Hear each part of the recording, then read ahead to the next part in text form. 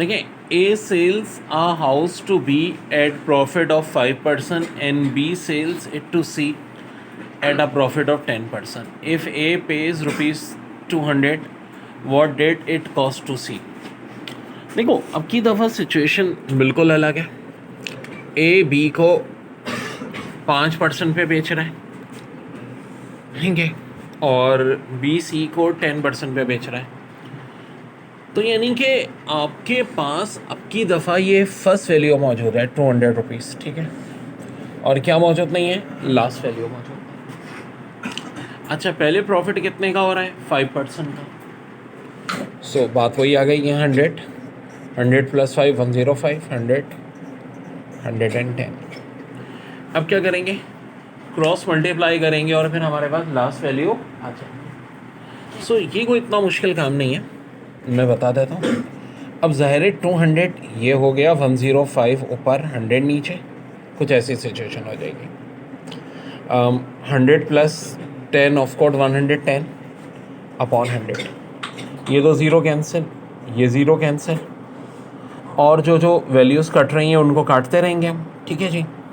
जैसे कि ये देखें, 10 हमारे पास पहले तो 2 के टेबल से कटेगा, फिर ये 5 के टेबल से, 21 11 सा 231, तो आंसर आ जाएगा 231 रुपीज़.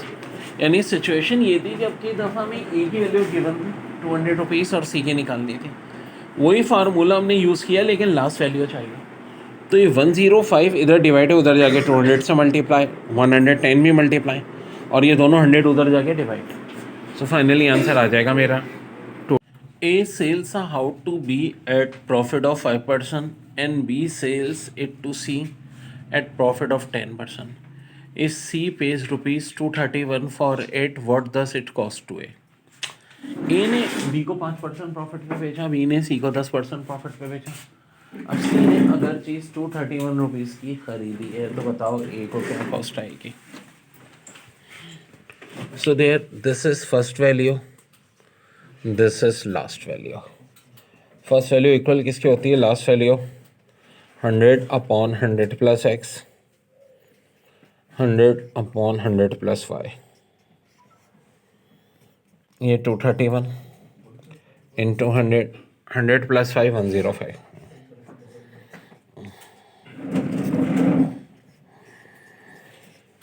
और 100 प्लस 10 110. ये हो गई वैल्यूज.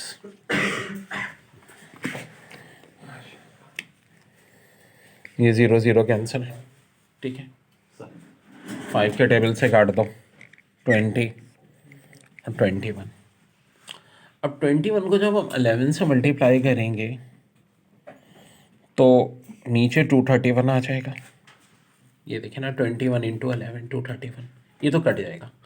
अब देखो, एक 20 और 10 बच रहा है. 20 10 सा होता है 200, यानी कि आंसर आपका रुपीज़. जी बड़ा अच्छा सवाल है. Manufacture of article make a profit of 25%, 25% का प्रॉफिट ले रहा है, ठीक है जी. मैन्युफैक्चर, और जाहिर है मैन्युफैक्चर वो होता है जो चीज़ बनाता है. Wholesaler dealer make a profit of 20%. अब देखो कितना प्रॉफिट होता है जो चीज़ चलती है, इससे अंदाज़ा कर लो. होल सेलर ने फिर किसको बेचा होगा, रिटेलर को, जो 28% प्रॉफिट ले रहा है. और what is the cost of production of the article if retailer sell it for retail for 48. अब रिटेलर किसको बेचेगा, कस्टमर को बेचेगा. कस्टमर को चीज़ 48 में बेची. तो देखो बड़ा आसान सा तरीका है इसका. 48 लो, एंड में ये वैल्यू है. परसेंट के लिए क्या अलग यूज़ होता है, 100. लेकिन जो सबसे पहला प्रॉफिट है 25 है, तो 100 में 25 प्लस करेंगे 125, फिर दोबारा 100 लिया. हाँ जी, अब कितना प्रॉफिट है, 20. 100 में 20 प्लस कर दिया 120, फिर जी 128, तो 128.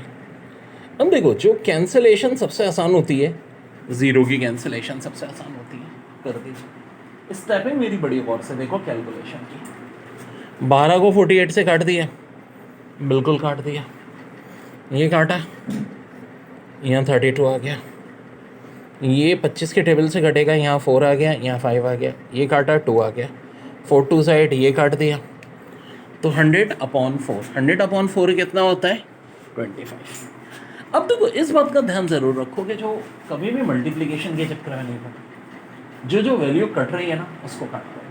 और इब्तदा कैसे करो, सबसे पहले ज़ीरो को काटने से। फिर ये बड़ा आसान था, 48 और 12 साफ दिख रहा था, कट गया। यहाँ 4 बचा, ये 25 के टेबल से कट रहा था। तो ध्यान किस पे रखना है, जो मेरे कैलकुलेशन के स्टेप्स हैं।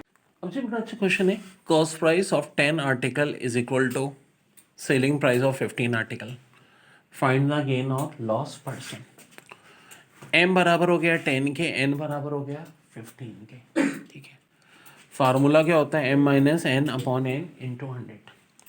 तो m की जगह 10, n की जगह 15 फार्मूले में पुट कर दें। 10 माइनस 15 माइनस 5 अपॉन 15 इंटू 5 और 15 कटेगा 100 अपॉन 3, 33.33, और वो भी माइनस में। माइनस का मतलब है कि अब लॉस हो रहा है। देखिए क्या था, कॉस्ट प्राइस ऑफ 10 आर्टिकल, जिसको मैं m मानूंगा हमेशा, equal to selling price of 15 article n मान लूंगा। गेन और लॉस परसेंट चाहिए था, तो फाइनली देखिए कह रहे हैं cost price of 16 article is equal to, ठीक है, selling price of 12 article, find gain और लॉस परसेंट, ठीक है। m equal to 16, n equal to 12। अब कैसे, मैं बताता हूँ। देखो इसके लिए आसान सी तरकीब होती है, अरे कुछ ना कुछ तरीका हमने निकालना है कि कॉस्ट प्राइस जो 16 आर्टिकल की है वो सेलिंग प्राइस के 12 आर्टिकल के इक्वल है। तो मैं हमेशा जो कॉस्ट प्राइस के आर्टिकल है उनको m नाम दे देता हूँ। एक हमने तय कर लिया, सेलिंग प्राइस के आर्टिकल को नाम क्या दे देता हूँ, m। अब जो भी गेन और लॉस पर्सन है उसके लिए एक फार्मूला बना दिया है मैंने, सिंपल तरीका, नो कॉम्प्लिकेटेड, क्योंकि इसका ओरिजिनल मेथड बहुत लंबे चौड़े हैं। m minus n upon n into 100, simple हम ट्रिक लगा देंगे। m मेरा 16 है इंटू 100। अब 16 माइनस 12 बल गए, ठीक है। ऑफ कोर्स 4 होता है, 4 अपॉन 12 इंटू 100। 4 अपॉन 12 का मतलब है 100 upon 3, end of course 100 upon 3 is 33.33%।